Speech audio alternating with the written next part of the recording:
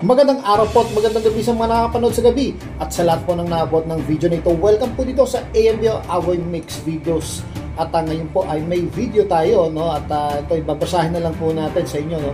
Na mula kay Hindustan Times. At ito po yung mga bagong pakulo ng Chinese, no? Na kunwari nasadsad, kunyari kailangan ng tulong, kunyari ganyan, pero wag ka, espiya pala, no? So tingnan natin itong video, i-play po natin at basahin na lang natin kung ano yung nasa report dahil ito ay pure sounds lamang. So ito na po, play na po natin. Yan po. China's militia-like ship stranded near US ally shores. So itong US ally shores tayo po, no? Kakampi tayo ng US So sa atin siya na stranded itong China militia ship. So, bakit kaya?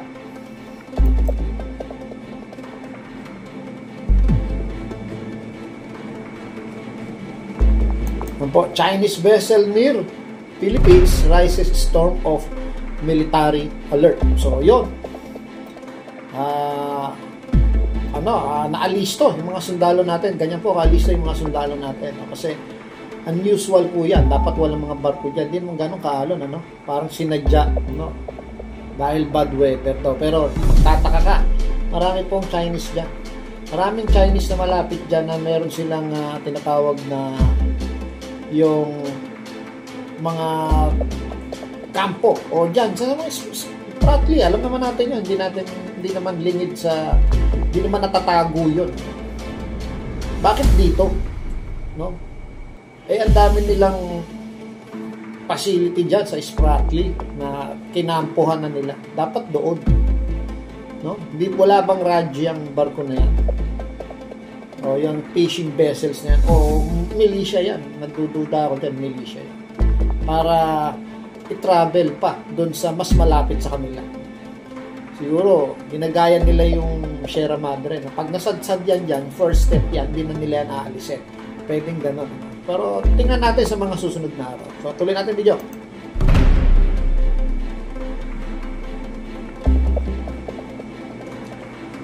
Chinese ship runs aground near Philippine-held island.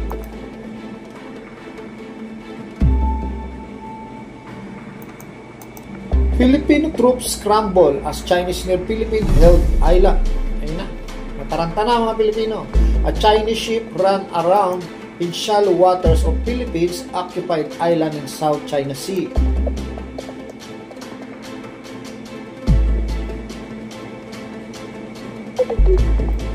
On June 8, so June 8 lang to, no? The Chinese ship ran around aground to the Tito Island occupied by the Philippines. Ito yung reports, no? Ito Tito Island na to. May mga residente po dito yung mga ito katunayan na talagang Pilipino siya.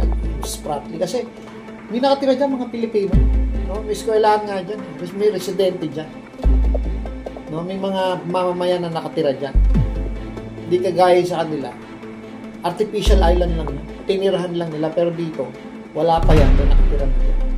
At mga Pilipino po dito sa Tito Island.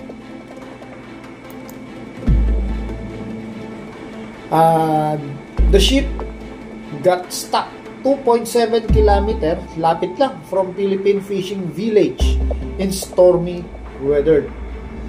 Lapit lang yan, 2.7 km. Tito Island lies 26 km from China's Subi Reef military base in the South China Sea. Ito yung sinasabi ko, ang lapit lang, 26 km from China's Subi Reef. Bakit hindi na lang doon, konti na lang, hindi naman ganun kalakas yung na makikita nyo. At saka malaki naman yung bangka nila, pwede silang pa-assist.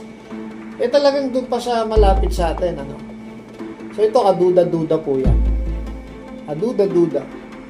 No? May mas malapit na area doon sa kanila, 26 km lang mula doon sa Tito Island. May basing military sila doon. No? Pwede siyang doon, alam naman nung siguro nagpapatakbo ng barko na yun na may issue dyan sa West Philippine Sea. Dyan pa siya nagpaka-stuck na yan. No? At dahil bad weather daw. Tingin ko kaya ng barko nila yung ganong bad weather na yun.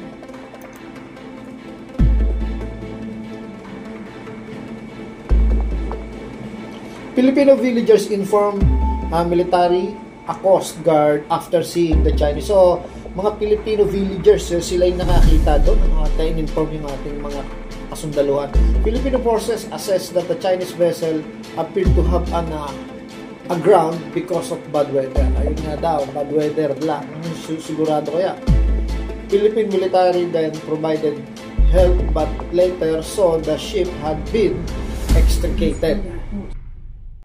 As per the report we received, the Chinese vessel reported that was ran aground was already extracted. Our Coast Guard deployed their forces to check if that vessel really ran aground, and as the part of the armed forces of the Philippines, we also dispatched our forces to respond to the area because of the bad weather. The intention of the AFP, Armed Forces of the Philippines, is to provide assistance and to help the aground So, vessel. yun ang purpose ng Pilipinas. No? Ang purpose ng mga Pilipino doon, tulungan. Doon, napakabait natin. Samantala yung mga mangingisda natin, binabangga nila. Kinukuha pa pati yung mga isda. Pag nakakita sila ng mga mangingisda ng Pilipino doon, kinukuha yung mga isda, ninanakaw pa nila. Sa gabi, binabangga nila. Wala na ibang gagawa, hindi sila. Inuhuli nila. Ito, tinutulungan pa natin. Ganun kabait ang mga Pilipino. Pero siyempre, hindi lang basta tulong yun. I-check natin siyempre yun kung talagang nabahura ba yun doon o bakit mga balahura naman talaga yung mga ganyang klaseng style nabahura ba yung ship doon, sinadya ba o talagang weather cause of bad weather lang. So okay, sige Philippine military said that the ship was extracted with help from other Chinese vessels. Ito yung kasi siyempre pag tutulungan yan from other Chinese vessels, hindi natin alam kung anong pwedeng tulong ba ilalagay o baka magdagdag lang sila ng gamit doon.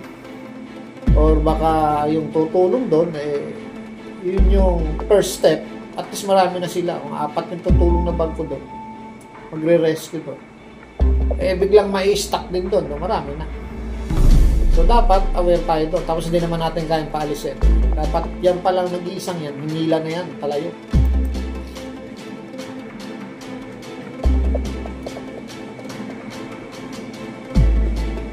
However, the vessel looked like suspected militia ships that have earlier harassed Philippine forces.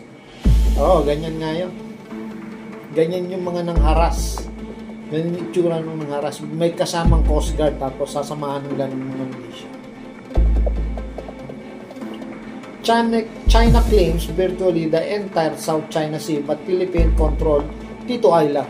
Itong Tito Island, ito sa pinakamalaking island doon sa Spratly na na-occupy na natin noong pa. At yun lang yung halos control natin. Pero itong entire South China Sea, gusto itong i-control ng presidente na to. Walang hatid tong presidente na to kundi kaguluhan. Kung ako sa mga Chinese people, hey Chinese people, change your president. Change your president. Palitan nyo yung presidente nyo. Walang hatid sa inyo. Trouble. Your president is troublemaker. So, hindi lang sa Asia, sa buong mundo, nakikitaan na ito ng pagiging isang troublemaker. So, yung video hanggang dyan na lang po. At mula yan sa Hindustan Times. At sana yung tension na pataas na pataas, pagdating ng mga taon ay humupa naman ng humupa. At magkasundo na hanggat maaari mapalitan na yung troublemaker na presidente na yan. At nilalaso niya pa isip ng kanilang mamamayan. Sa mga textbook nila, iba yung sinasabi, na matagal na nilang tawag dito, mula pagkabata ay tinuturo na matagal na kanila daw yung mga buong South, itong Spratly, yung buong West Philippine Sea, yung kabuuan na yan, yung 9 dash line. Yan yung nasa textbook nila. at pinalalabas na kinuha sa kanila yon ng mga Pilipino. No? Yun ang tinuturo sa kanilang mga mag-aaral. Paglalason yun ng isip. No? Hinihimok nilang mag-rebelde ito. Habang yung kanilang gobyerno, sinusuportahan yung mga pandigmang kagamitan. Para marami nga naman silang sundalo. At kung sakaling bawiin nila yung sinasabi nilang kanila, tutulong yung mamamayan nila. Which is, sa totoo, hindi naman pala ganun. No? So, yun po. Hanggang dito na lang po. At panalangin po natin na huwag magkaroon ng gera dito sa ating bansa. Maraming salamat po.